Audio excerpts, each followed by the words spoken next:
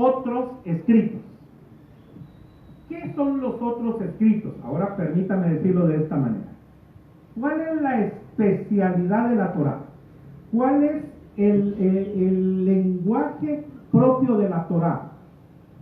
Un lenguaje legal, un lenguaje de la ley, un lenguaje jurídico, digamos. Ese es el lenguaje que se utiliza en la Torá. ¿Y qué lenguaje se utiliza en los Nevi'im? El lenguaje profético. Por eso es que la exégesis o la hermenéutica debe ser diferente cuando interpretamos un pasaje legal y un pasaje profético. Es diferente analizar, digamos, Mateo 5, 6 y 7, porque ahí sienta Jesús la legalidad de los que somos miembros del reino, y también hay que ver su lenguaje profético en el mismo Evangelio de Mateo, solo que capítulo 24 y 25. Ahora, ¿qué es lo más importante para el hebreo? La Torá. En segundo lugar, los Nevi'im. Y en tercer lugar, aquí abajo, un escalón abajo, los Ketuvim, los otros escritos. ¿De qué hablan los otros escritos? De variedad de temas. Es un misceláneo lo que aparece en los otros escritos. ¿Cuáles son los libros Ketuvim? Son libros que tienen características proféticas como Job, Salmos, Proverbios. Por ejemplo, en los Salmos hay salmos mesiánicos, solo que es una profecía cantada. Hay rollos o mejillot que se conocen como los rollos de la sabiduría. Cantares, Ruth, Lamentaciones, Eclesiastés y el libro de Esther. Y hay libros que se conocen como libros históricos dentro de esos misceláneos. Daniel, Esdras junto con Nehemías, porque los judíos no lo separan, y el libro de las crónicas. Ahora, hermanos, el guatemalteco, cuando analiza su fe y su historia, lo analiza como que fueran los rieles de un ferrocarril. Paralelos, pero no se mezclan. ¿Y cómo lo analiza el judío? Como un monorriel. La historia es profética. Fíjense que los evangélicos no vemos que la historia a nuestro alrededor es historia de Dios también. Y a veces pensamos, mire pues la contradicción. Yo estaba desayunando en un restaurante hace muchos años, cuando me alcanzaba la cuenta. Hoy mis hijos comen como que me odiaran de fiebre, ¿verdad? O comen así y huelen pisto. No sé si les pasaba a ustedes que de repente tenían ustedes unos 400 quetzalitos, ¿no? Ay, qué rico, aquí me ves y tengo unos mis 400 quetzalitos. Los pastores dicen, voy a comprar mi padre, buenos libros ahí en la librería que yo vi, ¿verdad? Otra, las hermanas, hoy se va a comprar una mi ropita interior porque me sobran 400. Llega en la noche y el hijo enfermo va. Ay, como que olió pisto, decíamos nosotros, ¿verdad? Porque ahí se van los quetzalitos de uno, ¿verdad? En la medicina el patojo. O fíjate, man, que rompí los zapatos cuando, ahí se van. ¿Qué ropa interior ni qué 8 cuartos? A comprarle zapatos a los patojos. Bueno, cuando yo tenía dinero, me fui a desayunar en esos restaurantes. Y había un grupo de hermanas haciendo su devocional, hablando de la misericordia de Dios, de la bondad de Dios, cómo Dios nos bendice, nos ayuda, etc. Terminó el devocional y comenzaron a desayunar las hermanas. Y entonces les encargo que oremos por la Juanita. Fíjense que no ve que asaltaron a la Juanita, iba con su hija iba con el carrito, la golpearon y le quitaron el carrito. Entonces una hermana comienza a decir, ay, yo creo que aquí en Guatemala solo hace falta que los fusilen, que los maten, que son desgraciados, infelices, ¿verdad? Y entonces despertó la cólera de la gente, de los que estaban ahí, ¿verdad? Sí, tenés razón, es que aquí no se compone esta situación. Momento. Diferente lo que estudiaron con lo que estaban haciendo. Así es el pueblo evangélico. Hermano, así es el pueblo evangélico. campañas misioneras, pero viene un patojo tatuado hasta el fonfoy y le tenemos desconfianza. Ya conozco.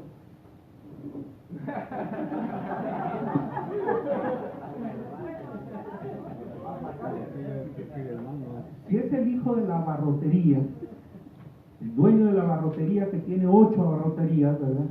Qué bueno que viniste, hijo, aquí a tu casa, ¿verdad? Aquí incluso poder ser maestro de alabanza, ¿verdad? ¿Ya viste a mi hija? Pero si el patojo tiene su tatuaje, no lo recibimos igual. ¿Sabe por qué? Porque el evangélico por naturaleza ha mantenido 2 rieles: la sociedad, la historia, la cotidianidad. Muchas veces no casa con el estudio de la palabra. Ahora, ¿por qué les estoy diciendo esto? Porque el hebreo, su historia, la historia de él, es profética. Eso quiere decir que no está alejado del plan de Dios. Nosotros nos cuesta hacer clic. Nos cuesta hacer clic. No lo hacemos. Voy a poner un ejemplo concreto. Un hermano que va de impuestos, aunque diezme y levante las manos en el culto y yo siento la presencia de Dios, pero es un truán que va de impuestos. Es antibíblico esa postura. Yo creo que una vez lo dije allá un día viernes y a la gente le dio risa. Bueno, hermano, mire, yo sé que algunos de ustedes aquí, en pleno anuncio de la iglesia, se echa sus cervezas en la casa. Está bien. Lo único que, como dentro de 8 días, próximo domingo, vamos a tener aquí nuestra convivencia como iglesia, hermanos, y aquí vamos a comer porque estamos celebrando el aniversario de las damas. El hermano, yo le voy a pedir favor, el hermano que se echa las cervezas ahí en su casa, tráigase un six-pack aquí al templo, ¿verdad? El próximo domingo cuando celebremos.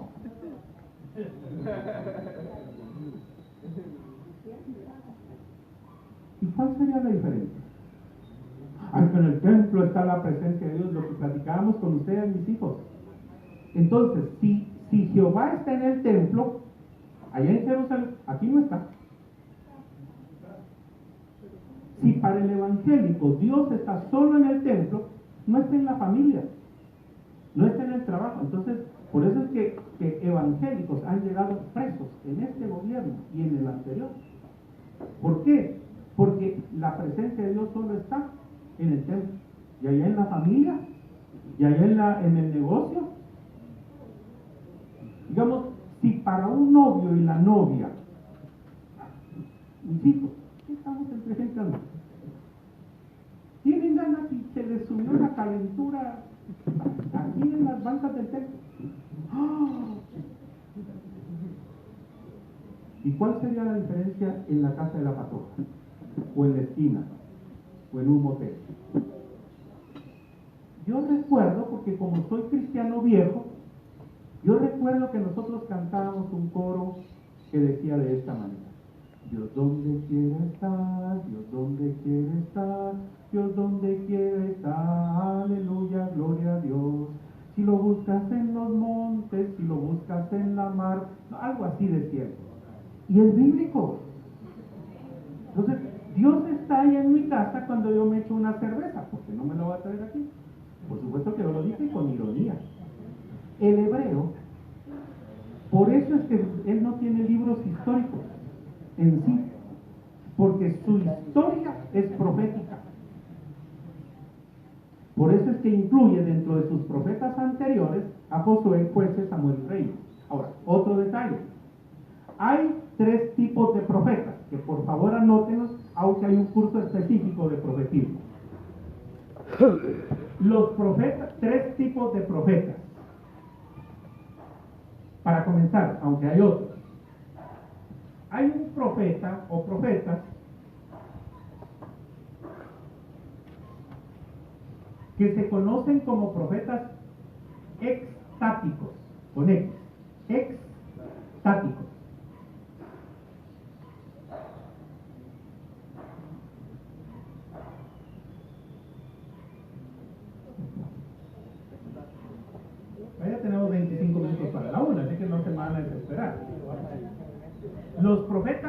extáticos son los que caen en trance, en éxtasis. Técnicamente hablando, por ejemplo, como Elías, Eliseo, que de repente venían saltando, danzando, con el perdón de las damas, pero es lo que dice el texto, y enseñando los tecolines, ¿verdad? Y de repente, ¡pam!, tirados en el suelo. ¿Qué pasó? ¿Quién explica eso? Por supuesto, la iglesia pentecostés ha traducido eso como una posesión del Espíritu Santo. No necesariamente, pero sí caían en éxtasis. Esos profetas son simpáticos, son bravos. ¡Ja, ja, ja, ja, pelón! La tierra destrozando aquí en Eliseo, un pelón a Eliseo. Eran bravos, extraños. Elías muy valentón, quitándole el pescuezo a 400 profetas de Baal, pero de repente temblando en la cueva. ¿Por qué? Porque Jezabel le quería a él quitar el cuello. Muy valentón, con ja, ja, ja, ja, griten más fuerte porque de repente su Dios no los ha oído. Y aquellos con cuchillos sacándose sangre. Y el profeta Elías tirando, ja, ja, atándose la risa, burlándose de los profetas de Baal. Y cuando se levanta para tomar él, 400 se despescueza. Ah, Jezabel te busca, el gran poder. Así es, ¿verdad?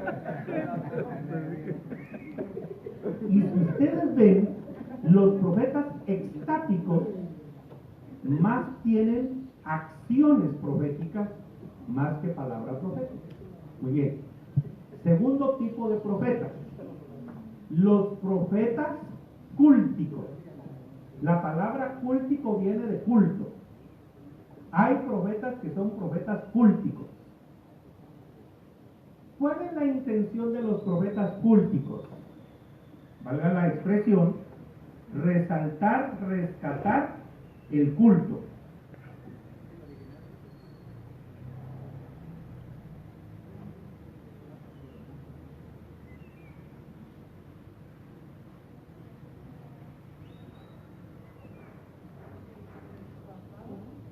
Rescatar el culto.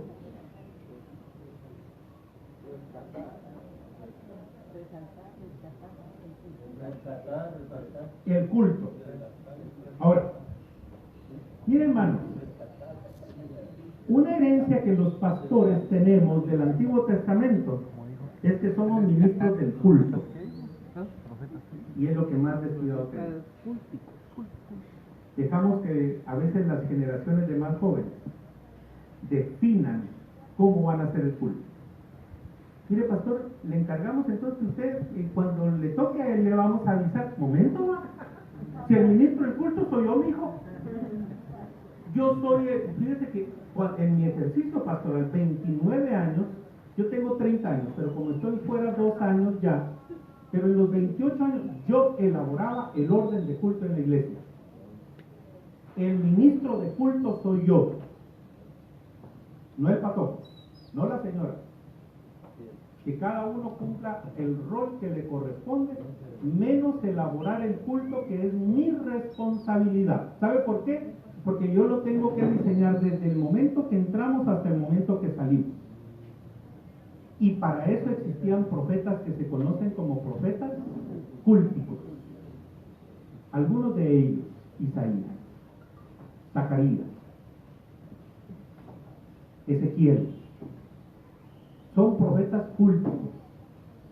La santidad delante de Jehová, ¿verdad? Más que órdenes de culto, el énfasis de volvernos al Señor. Hasta lo cantamos.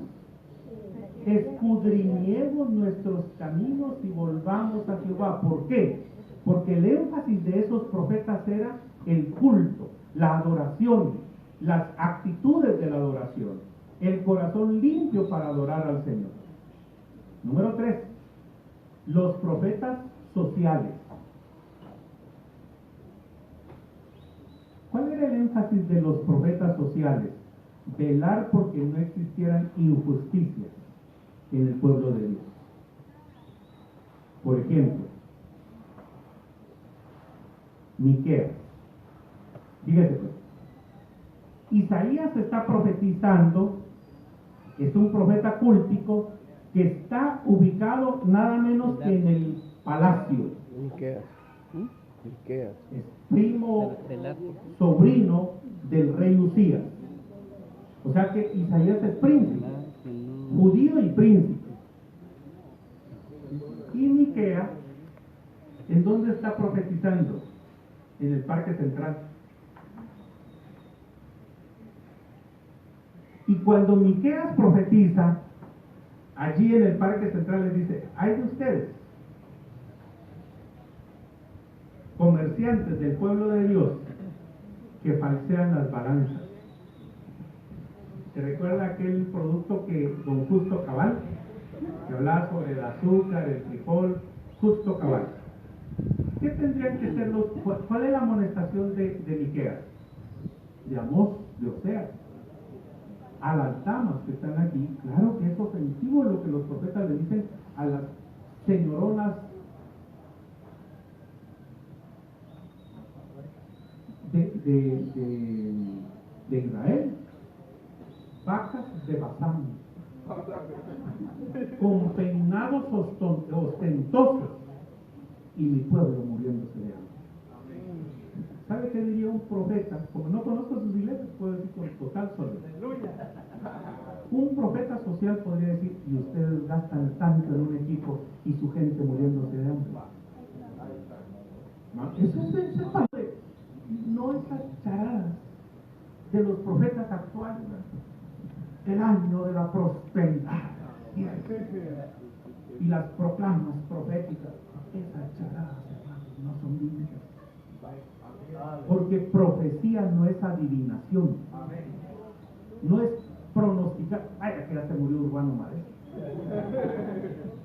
La verdadera profecía es: conviertan sus corazones. ¿Qué manda, mijo? En la carne de Abraham, esta es la carne paralítico A, la elección pasada.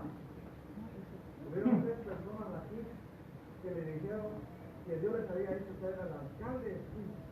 Ajá. ¿No quedó? Quedó ahora. Y 3 personas que yo le conozco me dijeron de profecía que Sí. Y es lo que no nos tenemos que arriesgar.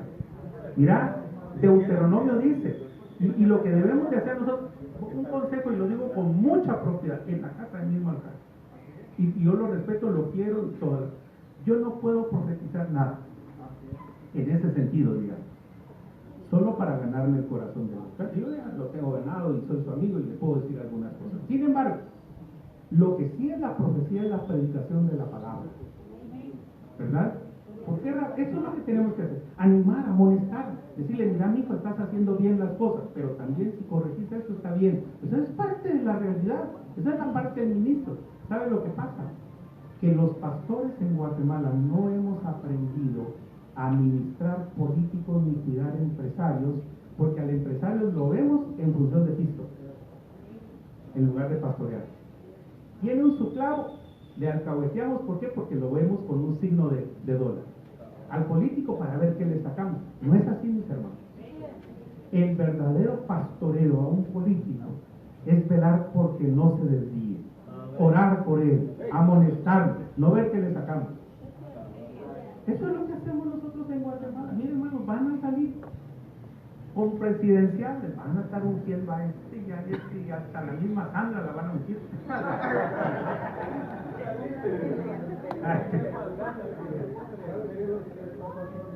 Apolón es que se ha levantado el profeta falso para darle profecía falsa.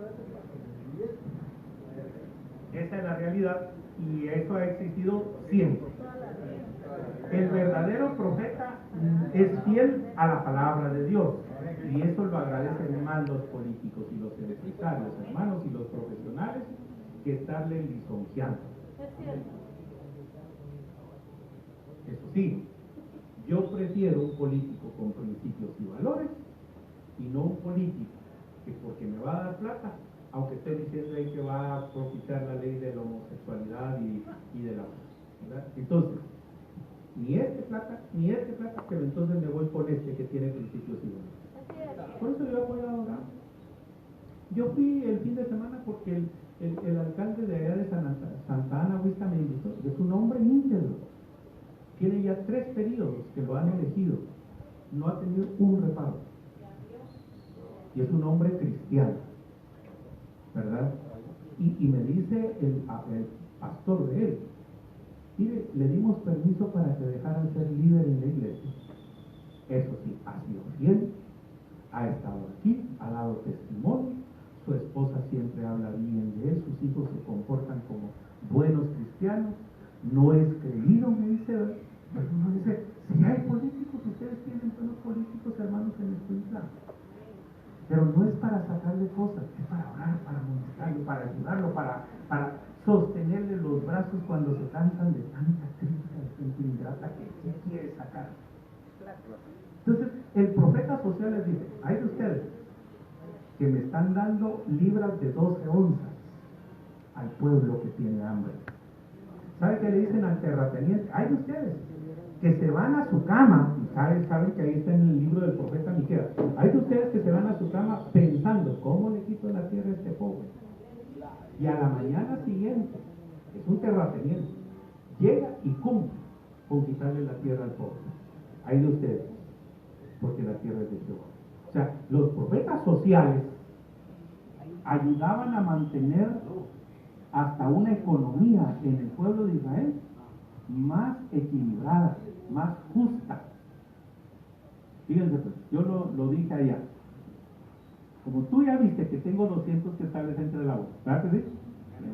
Le diste color, ¿verdad? Entonces, viene este pastor y me dice, pastor, yo necesito 200 quetzales que me preste.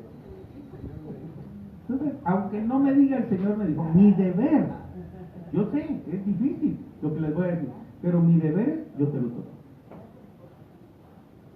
Y dice la Biblia que yo se los debo de dar sin cobrarle intereses. 1. 2. Ni siquiera se los debo de pedir de vuelta. Suena duro. Suena duro. Para mí, suena duro. Y dice el Pentateuco que los vecinos, los que no son creyentes, se mecerán la barba. Eso quiere decir, se meterán la mano entre la barba diciendo, y entonces ¿cómo prosperan estos? Si dan su dinero sin interés. Porque Jehová los bendice y los multiplica. Ahora, también para que no te vayas a decir que allá me rayé con los 200 pesos. Si no le aprovechen nosotros, amigos. Ahora, mire lo que le dice la Biblia a él en Proverbios. Mire lo que dice la Biblia a él. Pero es de impíos no pagar.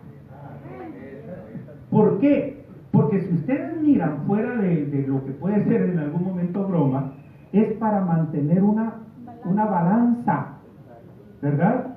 Presta, sí, yo te puedo dar, pero si no pagas, eres como un impío. Entonces, sobre esos principios proféticos, en la Reforma Protestante del siglo XVI, Juan Calvino lee esto, entonces dice, señores, vamos a hacer una red bancaria diferente a la del Vaticano, diferente a la de otro lugar. Y ahí es donde nace la red de bancos en Ginebra, Suiza, que por muchos años ha mantenido la economía del mundo. ¿Sabe cuál fue el éxito de Juan Calvino? Que los préstamos están tasados con un interés del 5% anual. Anual. Y han prosperado. Solo las tarjetas de crédito, hermanos, más del 50% anual. Los agiotistas, ¿sí hay para todos los que conocen la palabra agiotista? Algunos, los viejitos sí conocemos la palabra agiotista, ¿verdad que sí? ¿Qué es un agiotista? Un prestamista sin escrúpulos. Por ejemplo, digamos miren ustedes, un prestamista sin escrúpulos, o sea, un agiotista, pasa al mercado, tú eres vendedor de tomate por caja, no al menudé, por caja. Entonces, Ya viene el camión y tú no tienes piso. El agiotista pasa contigo y necesito. Préstame 1000. Ah, bueno. Le dan 1000 en ese momento. Ahí paso mañana. Ya el día de mañana, ¿cuánto le da? 1100. Solo 100 pesos, ¿verdad? Por lo que gané. Y como me prestó 1000, yo gané 5000. 100 pesos no son nada. ¿Sabe cuánto es eso? 10% diario. Multiplíquelo por 30 días al mes. 3000%. Y esto es un agiotismo increíble. Evitando eso, el Señor pone el gran poder de Dios. Reciban la unción. Les cayó del cielo la unción. ¿Verdad que están chistosos mis hijos aquí? Ahora, hermanos, ¿por qué Dios da hasta tips, principios de economía para su pueblo?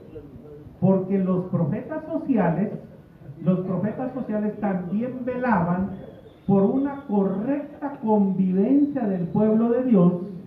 La preocupación profética de Dios es que todos estemos bien y no nos soquen unos y soquemos a otros. Aquel deudor que delante del rey le dice: ¿cuánto me debes? ¡Millones! Te voy a perdonar. Sale de ahí perdonado, y este le debe 5000 quetzales. Pagame vos, no tengo plata, y lo mete a la cárcel. El rey ve la actitud de este hombre y le dice: ¿cuánto te perdoné yo, vos, pato infeliz? Ahora, este principio es un principio también, no solo de perdón, es un principio de economía. Fíjense, hermanos, que al principio la ley, por ejemplo, de la restitución, recuerden ustedes, o del jubileo, era al cabo de los 7 años. Si a los 7 años, tú que me habías empeñado tu parcela, no tenías dinero, la responsabilidad mía es te devuelvo tu parcela. En el año de la redención, en el año del jubileo, aunque no tuviera dinero, o un hijo que estaba esclavizado al 7º año se liberaba, o una esposa, la deuda, o un animal, te empeñé el buey, aquí te lo devuelvo. Pero como así somos nosotros, le regateamos al Señor. El Señor lo diseñó para 7 años. Ay, no, Señor, fíjate que ahí sí perdemos nosotros. Mira, pensá en nosotros. Y el Señor accede para que sea 7 por 7, 49. El año del jubileo es el año 50, después ya en los profetas. Aún así la intención era redimir al pueblo y que otra vez la tierra que te había pertenecido a ti, te la devolvieran para que no siguieras siendo pobre. O sea, ¿en dónde nos perdimos nosotros como iglesia? Solamente en predicar cosas espirituales, en la salvación del alma, y aquí nos estamos fregando unos, prestando dinero con interés altísimo. O sea, hemos perdido el concepto de la palabra de Dios y de la iglesia porque no la sabemos interpretar. Y los profetas extáticos, cúlticos y sociales tenían una función particular, porque los ministerios no son, hermano, lo voy a decir de esta manera: su ministerio siempre va a estar incompleto. Usted no es un todólogo, uno que debe de hacer de todo. ¿Por qué? Porque unos somos orejas, otros somos pies, otros somos manos. Por eso es que la ministerialidad en la iglesia está repartida en toda la iglesia. Y nadie es más importante que nadie, porque el que se debe de llevar la honra siempre es Dios. Entonces los profetas extáticos, para enseñarnos también esos movimientos de alguna manera que honraban a Dios con vidas a veces difíciles, pero que honran a Dios por su palabra profética. Los profetas que rescatan la vida devocional, el culto, la verdadera espiritualidad, y los profetas que mantienen una buena armonía social y de mayordomía en el pueblo de Dios. Esos eran los profetas que resumen a todos los Neviim. Y los Ketubim, como lo vamos a ver, los Ketubim, que son el resto de los libros, básicamente aquí hay algo interesante. Miren mi mano. Para el judío la Torá es palabra de Dios. Los Neviim son los que interpretan la palabra de Dios. Vino a mí palabra de Jehová diciendo, y ahora yo se las traslado, yo se las paso. Muy bien. ¿Y qué son los que tuvimos? La forma como reacciona el pueblo que ha recibido esa palabra y esa interpretación y adora a Dios. Y por eso en los que tuvimos hay salmos que expresan los momentos alegres del pueblo, pero también los momentos tristes. Las frustraciones del pueblo, hermanos, hermanas. Cuando mi abuelita, eso también se los he contado, me pegaba un sopapo en la cabeza porque me estaba peleando con uno de mis primos o primas, la abuelita nos manipulaba, porque así hacemos en los cultos también, ¿verdad? Mi abuelita nos manipulaba y entonces sabía que estábamos peleando y que nos estábamos pateando por debajo de la mesa, y entonces la abuelita nos cantaba: ¿cómo puedes tú orar enojado con tu hermano? Y entonces la abuelita va cantando y nosotros, es cierto, ¿verdad? De plano Dios no nos va a escuchar si estamos bravos los unos con los otros pateando, ¿verdad? Eso no es cierto. Eso no es cierto. Dios nos escucha aún cuando estamos en pecado, cuando estamos bravos unos con otros, cuando estamos amargados y frustrados. Dios nos escucha. ¿Sabe por qué?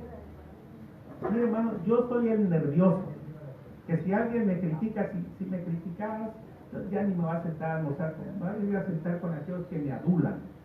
Así soy yo, ¿verdad? El pastor busca los demás, ya pasó, tiempo, fenomenal. Pero aquel que lo ha criticado de repente, hermano, mucho gusto, ¿verdad? Y se viene a sentar con los que lo alaban. Así somos por naturaleza. Pero Dios no se despeina. Alguien está bravo y aún le reclama, y Dios se sienta con él a tomar café. Dice, hijo, platiquemos.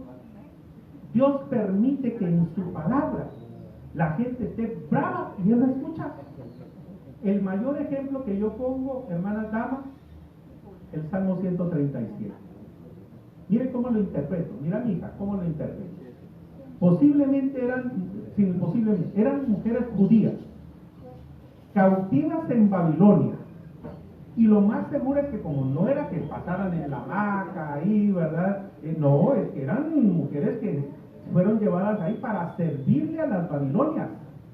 Y entonces estaban lavando ropa ajena, me imagino yo, en los ríos de Babilonia. Ahí estaban con su jabón, restrega y restrega, en las piedras, esas planas que ponen, ¿verdad?, para restregar la ropa, y llegan las mujeres de Babilonia. Y están arriba, ¿verdad? Y las miran ahí abajo. Y miran en los árboles, y miran colgadas las arpas de las mujeres judías. Y entonces les dicen, ¿verdad?, ay, qué bonitas sus arpas. A nosotros nos han contado que ustedes cantaban re bonito en Jerusalén. ¿Y por qué no cantan para nosotras? Y las mujeres lavando allá abajo se le quedan viendo, que se los cante su abuela. Ojalá que alguien venga y les agarre a sus hijos y que les agarre la cabeza y se las estrelle en unas rocas como ustedes lo hicieron con los nuestros. Y Dios permite que esté allí ese salmo dentro de nuestra alabanza. Un David, en uno de sus salmos, miren, Señor, dice, estoy triste, lloro día y noche, estoy deprimido, estoy con ansiedad, mojo mi almohada por el pecado oculto que tengo. Dios lo permite. ¿Sabe por qué? Porque ningún sentimiento nuestro le es ajeno a Dios. Ese es el Dios de nosotros, mis hermanos. Mire, yo alabo el nombre del Señor porque es un Dios que no solo me quiere contento, me ama cuando estoy bravo, me ama cuando estoy triste, me ama cuando estoy frustrado, me ama cuando estoy traicionado. Me han hecho unas traiciones, hermano, y yo de repente, Señor, ¿qué pasó, hermano?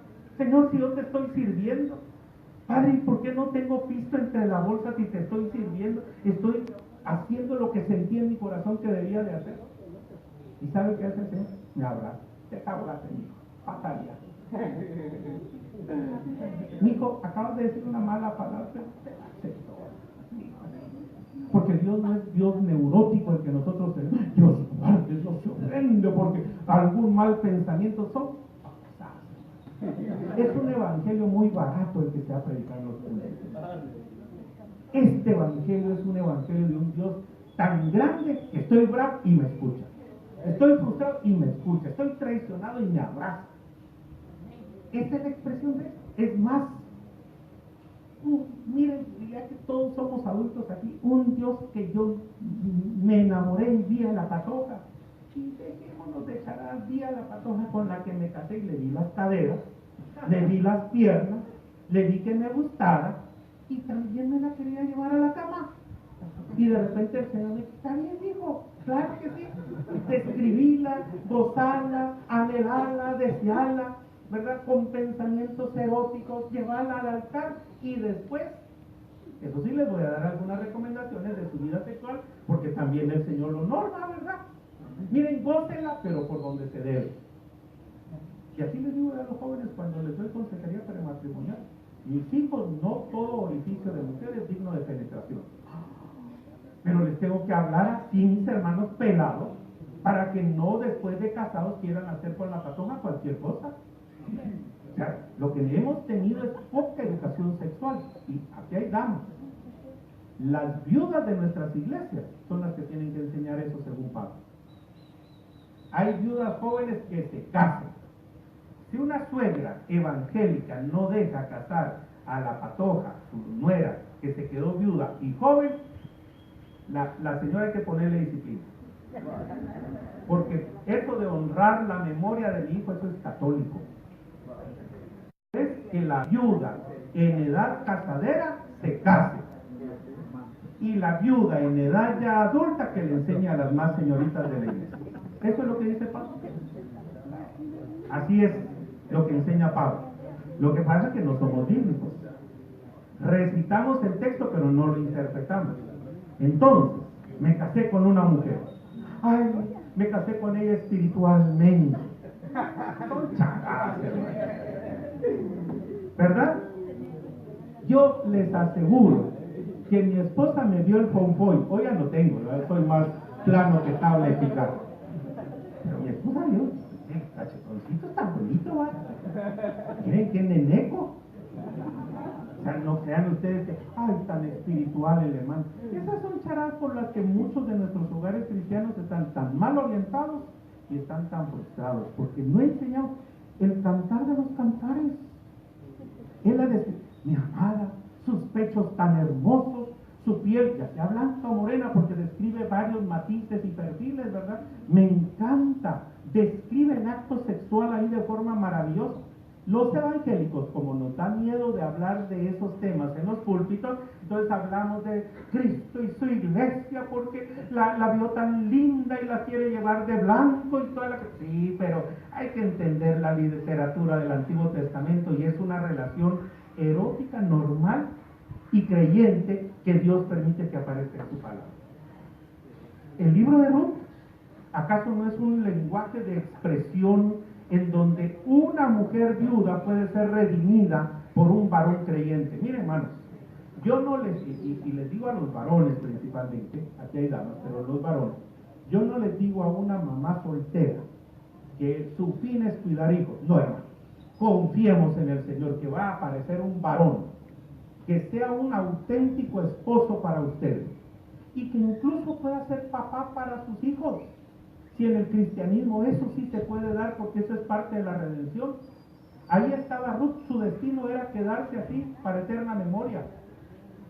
Pero había una ley que Dios había dado, la ley de la redención, ¿verdad? Y entonces la ley de la redención decía, hay que probar, porque de repente la muchacha es virgen, es fértil. Y entonces la ley era, te quedaste sin marido, mija, está bien, pero por lo menos no te vas a quedar sin familia, sin hijos. Entonces, ¿qué hacía? Alguien que se quiera sacrificar aquí, va pues yo, decía el pariente cercano, ¿verdad? Entonces, alguna nochecita, hay que hacer 2 o 3 intentos, porque también hay que ver cómo se hace, ¿verdad? Y entonces vos, está bien, pues lo voy a hacer yo. Y dice la Biblia que le dio cobertura a Ruth. ¿Cómo lo dice la Biblia en un lenguaje muy hebreo? Le cubrió los pies. Esa es la palabra cobertura. Por eso yo insisto, yo pego el fonfollo a la pared cuando alguien me pregunta, pastor, ¿y quién es su cobertura? Puchica, mi esposa, le digo, ningún apóstol, Dios guarde, ¿verdad? Ningún apóstol. Yo soy muy machito, les digo yo, ¿verdad? ¿Por qué? Porque la palabra cobertura allí es el que le brinda una cobertura sexual a Ruth. Eso es lo que pasa. Y mira, hermano, esto, lo que hace, aunque suene feo, es una inseminación lo que hace Booz en Ruth. ¿Por qué? Porque el hijo de Ruth no es hijo de Booz, es hijo del muertito para preservar a la familia de Noemí. No puede reclamar Booz a ese hijo, no es suyo. Lo que hizo es, como le quisimos poner al papá de mi amigo, ese mi amigo es pastor y tiene 25 hermanos. Y entonces su papá se llamaba Sóstenes Rito. No vos, hay que cambiarle el nombre a tu papá, aunque sea en la lápida. Hay que quitarle el nombre Sóstenes, hay que ponerle Diógenes. ¿Por qué? Porque Diógenes aquí, Diógenes allá y Diógenes allá. 25 hermanos. Entonces lo que hace Booz es dar sus genes y depositarlos en Ruth como una ley de la redención. Cuando engendra en Ruth, se va. Este hijo no es de Booz, y ustedes lo pueden ver en las genealogías. Es un hijo de la promesa, incluso para redimir a Noemí, a Ruth y a los muertitos. ¿Por qué? Porque si no tenían hijos, les quitaban la tierra y se perdía la herencia. Ese apellido se quitaba de los libros, de los libros de las genealogías. Y era una vergüenza. Es como para que nosotros pudiéramos pensar que nos borraran del libro de la vida. Así era. Quitar el apellido de la genealogía de una familia, esa era la peor vergüenza. Era una maldición. Pero ¿en dónde se recupera? En el hijo de Ruth, el nieto de, que se convierte en un ascendiente de nuestro Señor Jesucristo, de esa línea, del hijo de la promesa y de la redención. Esas historias, ahora, la ley está en la Torá. Esta es una historia que narra gráficamente cómo se hace la ley de la redención. Por eso es que el libro de Ruth es la historia de la redención, pero la ley de la redención está en la Torá. No sé si me debe entender, ¿verdad? Entonces, digamos, cuando usted ve Nehemías y Esdras, allí se aplica. Se recuerda que la primera huelga de brazos caídos se da en Nehemías, cuando están construyendo el muro. Entonces Nehemías va cantando, ¿verdad? Una señora de las 4 décadas, porque escuchó a Arjona, va cantando Nehemías ahí, señora de las 4 décadas, no sé si ya la escucharon en quechí. Está bonita, ¿verdad? Está bonita en idioma quechí. Alguien la tradujo, ¿verdad? Para su esposa, y es un indígena quechí y la canta bien bonito. Bueno, eso es, no crean que tengo discos ahí en la venta de Ricardo Arjona, ¿verdad? Porque alguno va a sospechar. No. Pero iba cantando Nehemías, señora de las 40, de las 4 décadas, 40 décadas, 4 décadas. Y de repente mira a los trabajadores, no están trabajando. ¿Qué pasó, verdad? Fíjate que te vamos a contar. Tus gobernadores nos dieron dinero prestado para que construyéramos nuestras casas y comenzáramos a sembrar nuestras tierras. Pero a ti se te ocurrió traernos al muro, construir sin paga, y nosotros teníamos que comer. ¿De qué comimos? Del dinero que nos dieron prestado tus gobernadores para construir nuestras casas y sembrar nuestras tierras. Como no pudimos construir nuestras casas ni sembrar nuestras tierras, vinieron tus gobernadores, y como nos latamos el pisto, se llevaron esclavizados a nuestros hijos y a nuestras mujeres. Estos hijos de la cisnada no se van a quedar así, dijo Nehemías. ¿verdad? Vamos a ver qué hacemos. Entonces los llaman, venga para acá muchachos, ¿qué está pasando?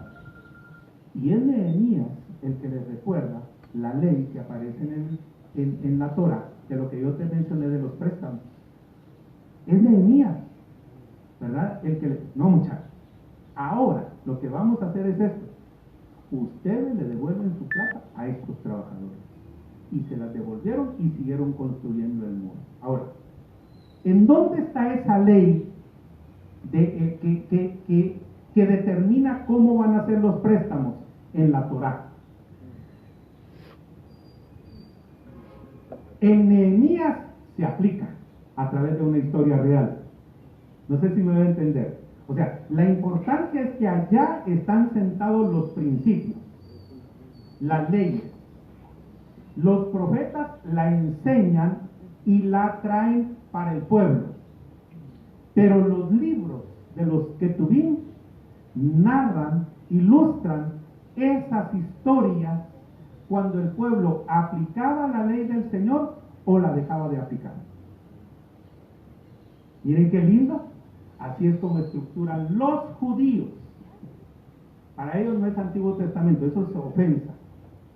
Para ellos es el Tanaj. El Tanaj es la Torá, los Nevi'im y los Ketuvim. Así es como ellos estructuran su Antiguo Testamento, o la Biblia, para ellos, el Tanaj. ¿Alguna duda? Vamos a ver. ¿Duda o pregunta?